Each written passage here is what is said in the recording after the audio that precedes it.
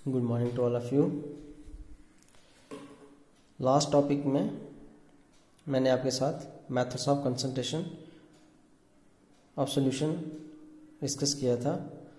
इस टॉपिक में मैं solubility of solid in liquid explain करूंगा और कौन कौन से फैक्टर्स हैं, factors affecting the solubility of a solid in liquid. तो ये दो चीज़ें मैं आज आपके साथ डिस्कस कर रहा हूँ, solubility of a solid in liquid and second one is factor affecting the solubility of a solid in a liquid।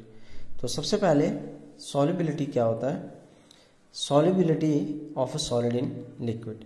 solubility का मतलब क्या होता है कि आपने कोई भी solid substance को कितना मैक्सिमम अमाउंट आपने सॉलिड सब्सटेंस का डिसॉल्व कर दिया 100 ग्राम ऑफ लिक्विड में सैचुरेटेड सॉल्यूशन फॉर्म करने के लिए एक पर्टिकुलर टेम्परेचर के ऊपर। तो वो मैक्सिमम अमाउंट सॉलिड का जिसको आपने 100 ग्राम पानी में डिसॉल्व कर दिया सैचुरेटेड सॉल्यूशन फॉर्म करने के लिए एक पर्टिकुलर टेम्परेचर के ऊपर, उस मैक्सिमम अमाउंट को हम लोग क्या बोलते हैं? सॉल्युबिलिटी बोलते हैं।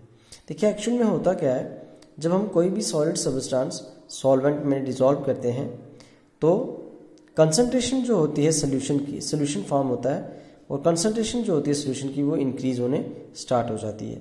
तो ये जो प्रोसेस है जिसमें आपका सॉलिड जो है लिक्विड में डिसॉल्व होता है उसको डिसोल्यूशन बोलते हैं। और एक टाइम पे क्या आता है कि जो सल्यूट है वो सॉल्वेंट में डिसॉल्व होना बंद हो जाता है। तो वो जो पॉइंट आता है जिस पॉइंट के ऊपर सल्यूट सॉल्वेंट में डिसॉल्व होना बंद हो जाता है, उस पॉइंट को हम लोग बोलते हैं सैचुरेटेड पॉइंट, या जो सोल्यूशन होता है जिसमें सल्यूट डिसॉल्व होना बंद हो जाता है उसको सैचुरेटेड सोल्यूशन बोलते हैं। देखिए एक्चुअल में होता क्या है, मैंने अभी बताया कि जब सॉलिड लिक्विड में डिसॉल्व होगा उसको डिसोल्यूशन प्रोसेस बोलते हैं।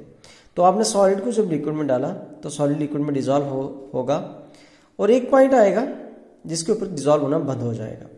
तो ऐसा क्यों होता है? क्योंकि जब आपका सल्यूट सॉल्वेंट में डिसॉल्व होता है तो कुछ पार्टिकल्स जो हैं सल्यूट के सोल्यूशन में चले जाते हैं। तो उसी टाइम पे क्या होता है, सल्यूट के पार्टिकल जो सोल्यूशन में प्रेजेंट होते हैं वो कोलाइड करते हैं आपके सल्यूट के पार्टिकल्स के साथ और वापस सल्यूट बन जाते हैं। तो जब सोल्यूशन से वापस आपको सल्यूट पार्टिकल्स मिलेंगे उसको बोलते हैं हम लोग क्रिस्टलाइजेशन।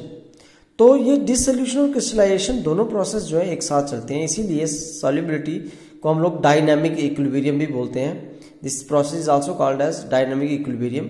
तो एक पॉइंट ऐसा आता है जिस पॉइंट के ऊपर ये जो डिसोल्यूशन का प्रोसेस है और ये जो क्रिस्टलाइजेशन का प्रोसेस है ये दोनों इक्वल हो जाते हैं। तो जिस पॉइंट के ऊपर ये डिसोल्यूशन और क्रिस्टलाइजेशन दोनों एक दूसरे के इक्विलिब्रियम में प्रेजेंट होंगे तो उस पॉइंट को हम लोग बोलते हैं क्या?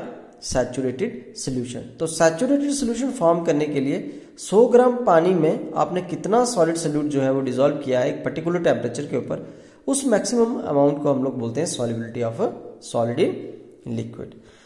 अब कौन कौन से फैक्टर्स हैं जो आपकी सॉल्युबिलिटी को अफेक्ट करते हैं? तो देखिए सबसे पहले है कि आपका सल्यूट कैसा है, आपका सॉल्वेंट कैसा है।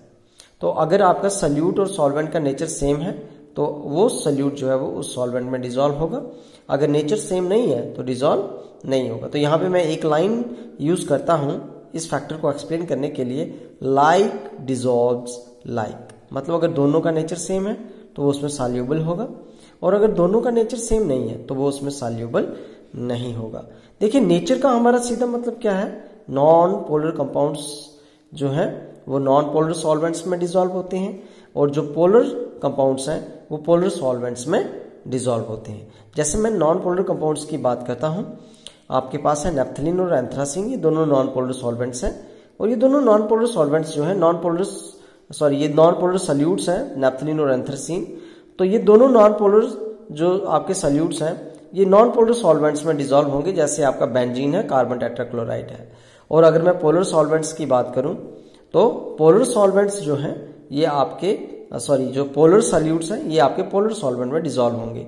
जैसे आपका वाटर है, अल्कोहल है तो वो वाटर में सॉल्यूबल होगा, तो वो भी पोलर है, अल्कोहल भी पोलर है और वाटर भी पोलर है, इसीलिए पोलर वाला पोलर में डिसॉल्व होगा और नॉन पोलर वाला आपका नॉन पोलर में डिसॉल्व होगा।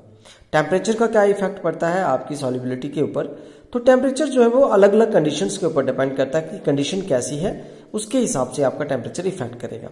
अगर आपने जो डिसोल्यूशन का प्रोसेस है, मतलब जब आपने सॉलिड को लिक्विड में डिसॉल्व किया, वो जो प्रोसेस है वो अगर आपका एंडोथर्मिक होगा, if the process of dissolution is endothermic, मतलब हीट बाहर निकलेगी,